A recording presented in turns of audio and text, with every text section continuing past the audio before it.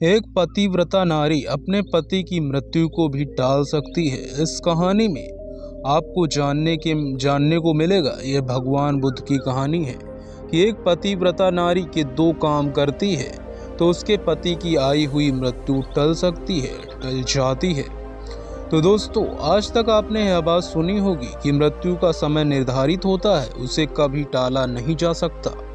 लेकिन आज की यह वीडियो देखने के बाद आपको पता चल जाएगा कि मृत्यु को भी टाला जा सकता है। अगर किसी इंसान की पत्नी पतिव्रता है और वह यह दो काम करे तो उसके पति पर आई हुई मंथन भी टल जाती है। दोस्तों, वीडियो को कहानी को अंत तक देखना। वीडियो बहुत ज्ञानवर्धक है। तो दोस्तों, यदि आपने अभी तक बुद्धा यूट्यूब चैनल को सब्सक्राइब नहीं किया है तो सब्सक्राइब कर लीजिए, वीडियो को लाइक कर दीजिए। तो चलिए दोस्तों, आज की कहानी को शुरू करते हैं। एक समय की बात है, भगवान बुद्ध अपने कुछ शिष्यों को जीवन पर उपदेश दे रहे थे। उनके किसी शिष्य ने पूछा, तथागत, क्या हर मनुष्य की आयु पहले ही निर्धारित होती है? क्या मृत्यु को भी टाला जा सकता है क्या? तब भगवान बुद्ध बताते हैं, बनते मृत्यु जीवन का सत्य है, इसको टाला नहीं जा सकता, इसको कोई भी टाल नहीं सकता। लेकिन दो ऐसे काम हैं, अगर कोई पतिव्रता नारी करती है तो उसके पति की आई हुई मृत्यु भी टल जाती है। गौतम बुद्ध बताते हैं, एक कहानी सुनाते हैं और यह कहानी सभी को सुननी चाहिए ताकि आप भी इसका लाभ उठा सकें। प्राचीन समय की बात है, हरिश्चंद्र नामक राजा राज करते थे। वह बड़े ही धर्मात्मा राजा थे। उनकी रानी भी बड़ी ही पतिव्रता और संस्कारी थी। दोनों राजा रानी भगवान शिव के बड़े भक्त थे। वे भगवान शिव की पूजा पाठ करने के लिए रोजाना मंदिर में जाते। उनके राज्य में कोई भी व्यक्ति दुखी नहीं था।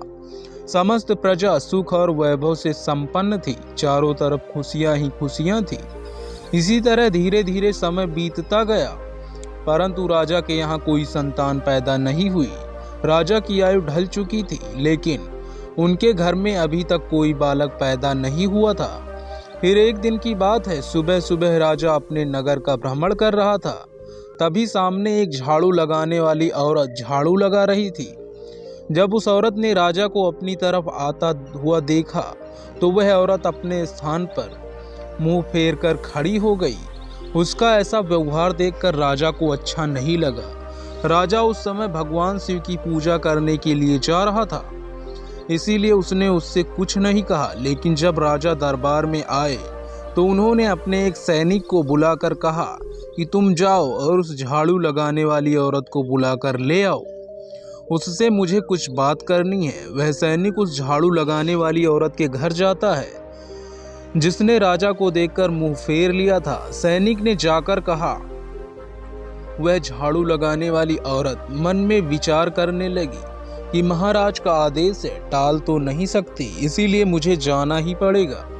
लेकिन पुत्रहीन राजा का मुंह देखना बहुत बुरा होगा। वह झाड़ू लगाने वाली औरत उस सैनिक के साथ राजा के दरबार में पहुंच जाती है और पहुंचकर राजा को प्रणाम करती है। राजा ने कहा, हे भंते, तुम मुझे एक बात बताओ। आज प्रातःकाल जब मैं भगवान शिव के मंदिर के लिए जा रहा था तो तुमने मुझे देखकर अपना मुंह क्यों फेर लिया था? तब वह औरत कहती है, हे राजन, आप भले ही मुझे मृत्यु दंड दे दो तो भी मुझे कोई ऐतराज नहीं है, परंतु मैं सत्य ही कहूंगी। हे राजन, आपके यहाँ तो परम विद्वान, श्रेष्ठ, आर्य गण और राज पुरोहित विराजमान है। अगर मैं गलत कहती हूँ तो आप इनसे पूछ लीजिए। सुबह सुबह आपका कोई मुंह देख लेता है तो उसका पूरा दिन खराब हो जाता है, क्योंकि आप निसंतान हैं, इसीलिए मैंने आपको देखकर अपना मुंह फेर लिया था। राजा इस बात को सुनकर बड़े ही चिंतित हुए। मन में विचार करने लगे कि यह औरत तो बिल्कुल सही कह रही है। यदि किसी नगर का राजा निसंतान है तो वास्तव में यह अच्छा नहीं है। फिर राजा ने उस औरत को उसके घर भेज दिया और मन में विचार करने लगे कि अब तो मुझे भगवान शिव के यहाँ जाकर एक पुत्र प्राप्ति का यज्ञ करना चाहिए। ऐसा विचार करके राजा अपने महल में आए और अपनी रानी से कहने लगे कि हे रानी, हमारे नगर के लोगों को हमारा मुंह देखने से बहुत तकलीफ होती है। क्यों? क्योंकि हम संतानहीन हैं। हमारी कोई संतान नहीं है, न कोई वंश है। चलिए भगवान शिव के दरबार में चलते हैं और भगवान भोलेनाथ से आराधना करेंगे कि वह हमें एक पुत्र प्रदान करें। फिर राजा और रानी भगवान शिव के मंदिर में जाते हैं और वहां जाकर उन्होंने पुत्र प्राप्ति यज्ञ का आयोजन किया। अब राजा रानी के पुत्र प्राप्ति यज्ञ करने पर भी संतान उत्पन्न न हुई। राजा का पुत्र प्राप्ति यज्ञ भी निष्फल हो गया। इधर जो यज्ञ करने वाला पंडित था वह भी यह जानकर बड़ा चिंतित हुआ कि आज तक मैंने जितने भी यज्ञ कराए हैं कोई भी यज्ञ निष्फल नहीं गया। लगता है राजा का भाग्य ही खराब है। राजा के भाग्य में भगवान ने कोई संतान लिखी ही नहीं है, इसीलिए पुत्र प्राप्ति यज्ञ निष्फल हो गया। राजा भी बड़ा धैर्यवान था। एक बात से राजा बिल्कुल भी विचलित नहीं हुआ। राजा ने अपने मंत्री से कहा, मंत्री जी, आप मेरी अनुपस्थिति में राज्य का चालन कीजिए। मैं अब भगवान शिव की आराधना करूंगा। ऐसा निश्चय करने के बाद राजा भगवान शिव के मंदिर में बैठकर उनकी तपस्या करने लगते हैं और इस तरह से धीरे धीरे तपस्या करते हुए राजा को 1 वर्ष बीत जाता है। इधर भगवान शिव भी सोचने लगते हैं कि मुझे अब इस भक्त के पास जाना चाहिए। फिर भगवान शिव राजा के सामने प्रकट होते हैं और कहते हैं, हे राजन, मैं तुमसे अति प्रसन्न हूँ, वरदान मांगो। तुम मुझसे क्या वरदान चाहते हो? राजा ने कहा, हे भोलेनाथ, आप तो अंतर्यामी हैं, सबके मन की बात जानते हैं। हे भोलेनाथ, जैसे स्त्री बिना पुरुष सूनी होती है, ठीक उसी प्रकार पुत्र बिना कुल सूना होता है। राजा की बात सुनकर भगवान शिव कहने लगे, राजन, वैसे तो तुम्हारे भाग्य में 7 जन्मों तक कोई संतान नहीं है, परंतु तुमने मेरी आराधना की है, इसीलिए मैं तुम्हें एक पुत्र प्रदान कर रहा हूँ। लेकिन ध्यान रखना, उस पुत्र की आयु मात्र 24 वर्ष की होगी। 24 वर्ष तक वह तुम्हें पुत्र का सुख देकर पुनः अपने स्थान को लौट जाएगा। राजा ने सोचा, चलो 24 वर्षीय सही, कम से कम संतानहीन होने का कलंक तो मिट जाएगा। राजा ने कहा, जो भी हो प्रभु, आप मुझे पुत्र प्रदान कीजिए।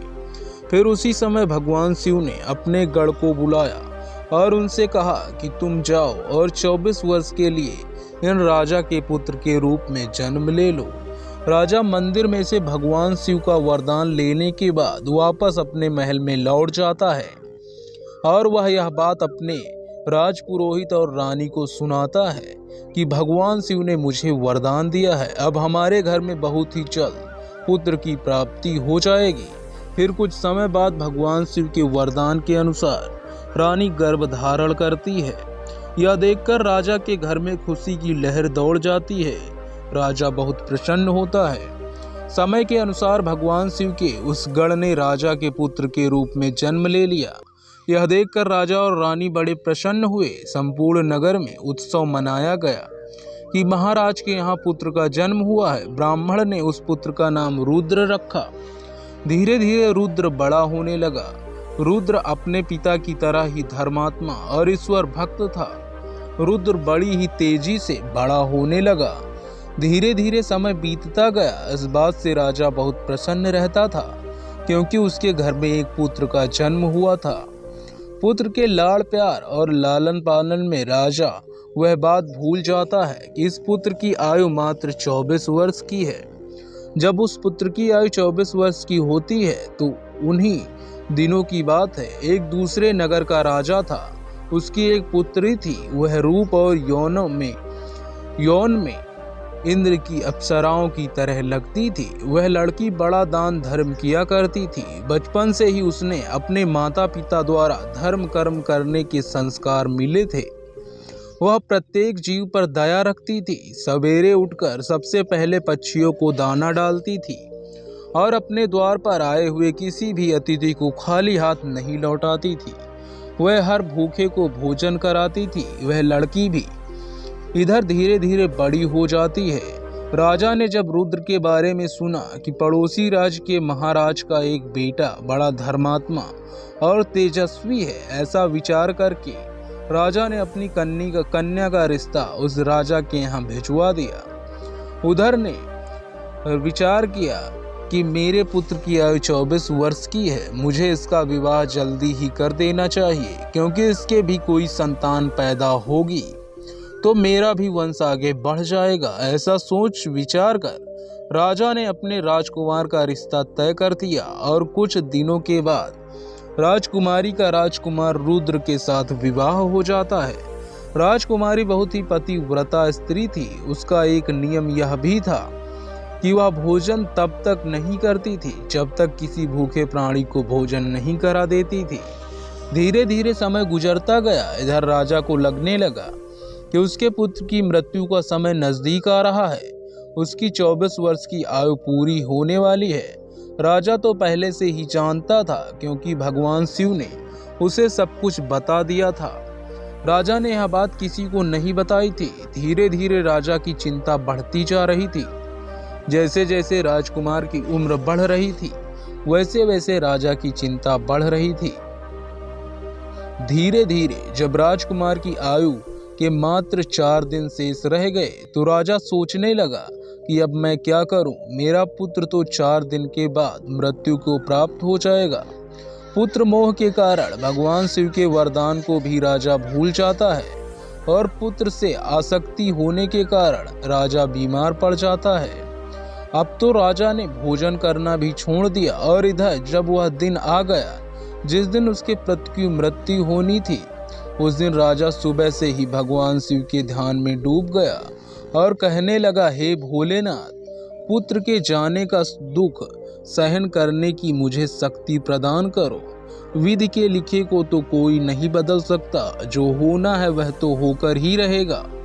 उधर राजकुमारी उसके बेटे की पत्नी थी। वह प्रतिदिन भूखों को भोजन कराया करती थी, पक्षियों को दाना डालती थी। रोज की तरह उस दिन भी वह अपने धर्म कर्म में लगी हुई थी। इधर यमराज ने देखा कि आज राजकुमारी रुद्र की मृत्यु का दिन है, तो यमराज ने तुरंत अपने 2 दूतों के आदेश दिया कि अब से 1 घंटे के बाद तुम्हें राजकुमार रुद्र के प्राण उसके शरीर से निकाल कर लाने हैं।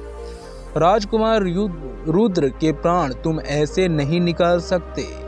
इसके लिए तुम्हें एक सर्प के पास जाकर उसे राजकुमार की मृत्यु के लिए प्रेरित करना होगा, क्योंकि राजकुमार की मृत्यु सर्प के डस लेने से ही होगी।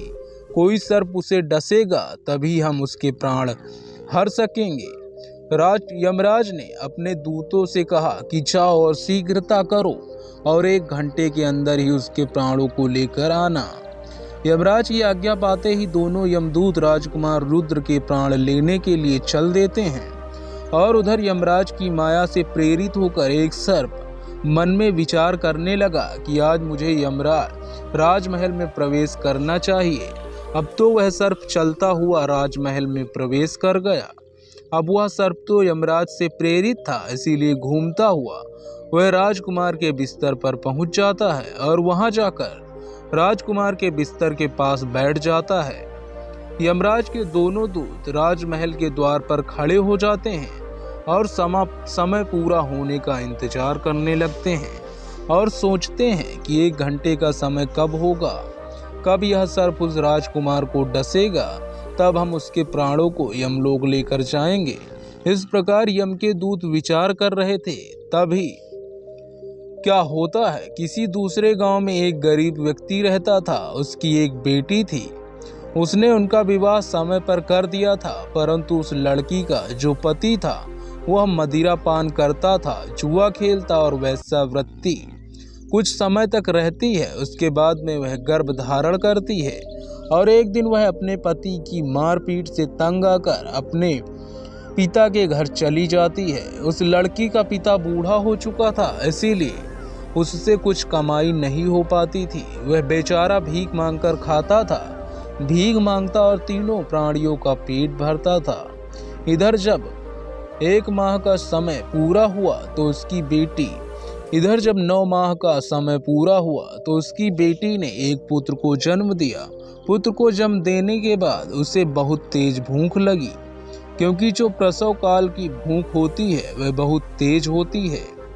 अब वह अपने पिता से भोजन मांगती है। वह बेचारा गरीब ब्राह्मण भोजन लेने के लिए आसपास के गांव में चला जाता है, लेकिन उसके रोज रोज मांगने के कारण उसको लोग भीख नहीं देते और उस गरीब को कोई भी खाने को भोजन नहीं देता है। उधर वह लड़की अपने पिता से कहने लगी, पिताजी, मैं भूख से मर रही हूँ, बिना भोजन के 3 दिन हो चुके हैं। आपको कुछ भीख में मिला हो तो मुझे कुछ खाने को दे दीजिए, नहीं तो मेरे बच्चे को ही खा जाऊंगी। तब वह बूढ़ा आदमी कहता है, बेटी, तुम इस पुत्र को मत खाना, मैं अभी भोजन मांगने के लिए कहीं जाती हूँ। आज मैं दूसरे गांव में जाऊंगा, वहां से जो राजा हैं उनके द्वार पर जाकर उनसे कुछ मांगूंगा। यदि कुछ खाने को मिला तो मैं तुम्हें लाकर अवश्य दूंगा। ऐसा विचार करके वह बूढ़ा पिता चल देता है और इधर जो राजकुमार की धर्मपत्नी थी वह रोजाना गरीबों को भोजन करवाती थी।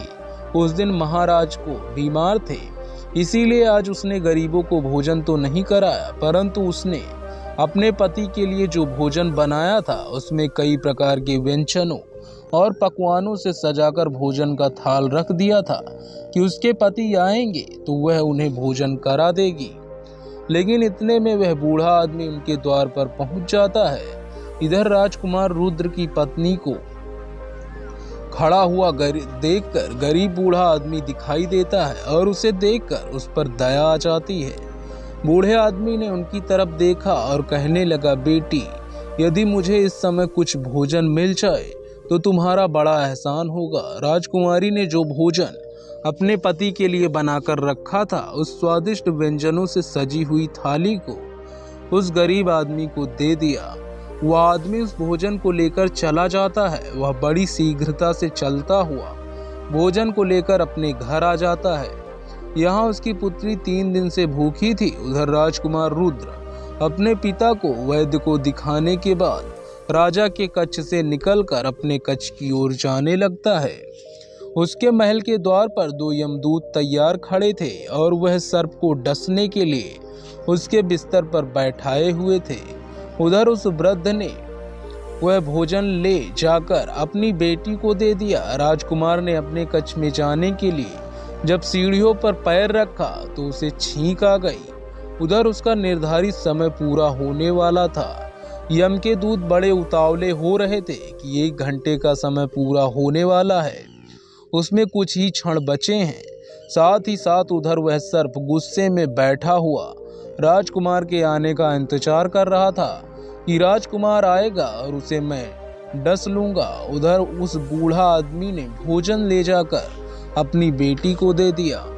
लड़की ने जब भोजन खाया तो पूछने लगी, पिताजी, यह भोजन आपको किसने दिया है? लड़की के पिता ने कहा, बेटी, यह भोजन यहाँ के राजा के लड़के की धर्मपत्नी ने दिया है।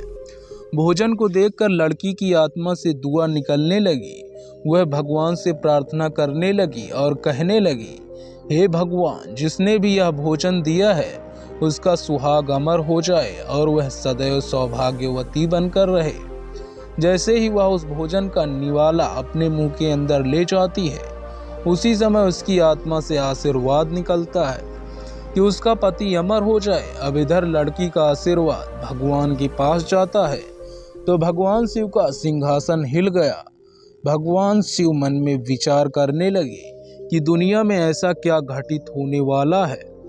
उन्होंने तुरंत नारद मुनि को बुलाया और कहा कि देख कर आओ तीनों लोकों में क्या घटित होने वाला है। नारद ने जाकर देखा तो सब समझ में आ गया।